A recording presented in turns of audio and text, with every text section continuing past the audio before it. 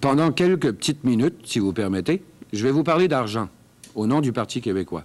Vous savez, il y a des gens, même chez nos membres et nos militants les plus sincères, qui trouvent que cette question d'argent, cette damnée question d'argent, revient vraiment trop souvent chez nous. Et c'est vrai qu'elle revient souvent, parce qu'il le faut. Ça coûte pas mal cher pour maintenir une organisation politique, comme n'importe quelle organisation, à l'échelle de tout le Québec.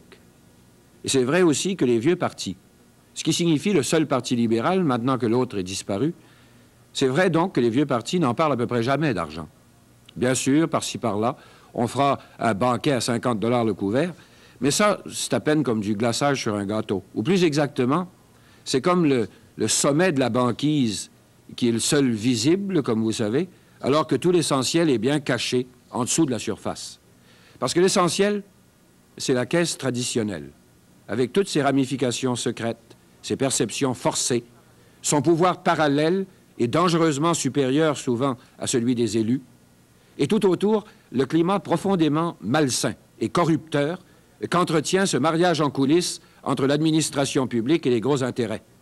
Le danger aussi, qu'on en vienne à confondre dangereusement le dépôt sacré que sont les fonds publics avec une assiette au beurre où on peut s'engraisser privément.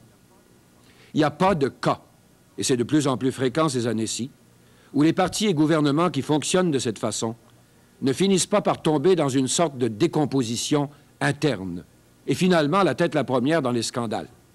Évidemment, le cas spectaculaire et bouleversant entre tous, c'est le Watergate américain. C'est le modèle parfait, si on peut dire, de la corruption du pouvoir, dont l'un des ingrédients principaux, c'est le poison vif de la grosse argent bien cachée. Il faudrait être bien naïf pour s'imaginer qu'à notre échelle plus modeste, les mêmes dangers n'existent pas chez nous aussi. En petit comme en gros, les mêmes causes produisent à peu près fatalement les mêmes effets.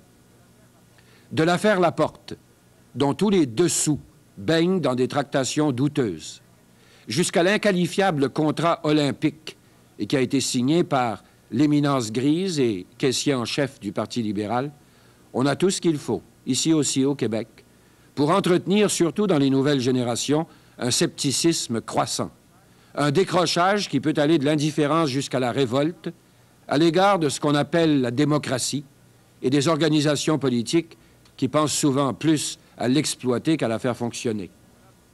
Et voilà pourquoi, depuis 7 ans maintenant, le Parti québécois, lui, préfère parler ouvertement d'argent.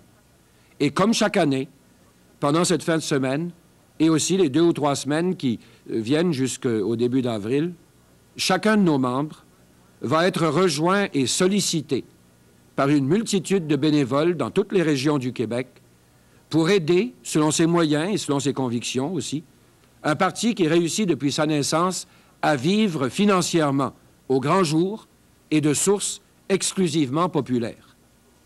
À tous nos membres en particulier, je profite de l'occasion pour demander de bien recevoir ces visiteurs dévoués, dont plusieurs se dévouent depuis des années, pendant des semaines chaque année, et qui viennent encore une fois leur demander de soutenir la prochaine étape. Parce que la prochaine étape est quand même prometteuse. Au début, ça paraissait insensé. Et pourtant, on a passé comme ça, à travers 2 élections. On a atteint le statut d'opposition officielle, et un de ces jours, on pourrait fournir au Québec le premier gouvernement de toute son histoire qui ne soit pas d'avance la chose des grosses compagnies, souvent étrangères, des gros entrepreneurs et des gros patronneux. On connaît mieux dans le public nos autres options, mais celle-là aussi est fondamentale. Et même à supposer que le Parti québécois ne réalise jamais autre chose qu'un assainissement radical du financement de la politique, ce serait déjà la plus utile et la plus féconde des révolutions. Et c'est pourquoi cette année, nous avons décidé de diffuser à l'adresse de tous cette campagne annuelle de financement du parti qui d'ordinaire s'adressait aux seuls militants. Il y a même des adversaires, en effet, et j'en suis sûr, qui savent que sur ce plan-là, en tout cas, si le Parti québécois n'existait pas, il faudrait l'inventer.